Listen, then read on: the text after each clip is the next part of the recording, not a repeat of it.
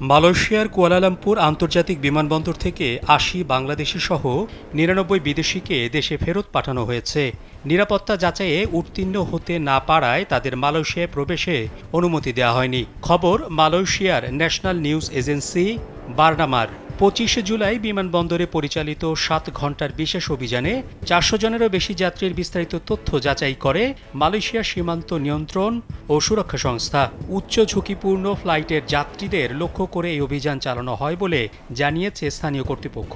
এক বিবৃতিতে এজেন্সির কর্পোরেট কমিউনিকেশন ইউনিট জানায়, প্রবেশে বাধাপ্রাপ্তদের সবাই পুরুষ। তাদের মধ্যে ৮০ জন বাংলাদেশি, ১০ জন ভারতীয় এবং ৯ জন পাকিস্তানি নাগরিক। ভ্রমণের কারণ সন্দেহজনক ও অতীত ভ্রমণ রেকর্ডে অসঙ্গতি থাকায় তাদের অভিবাসন পরীক্ষায় উত্তীর্ণ হতে দেয়া হয়নি।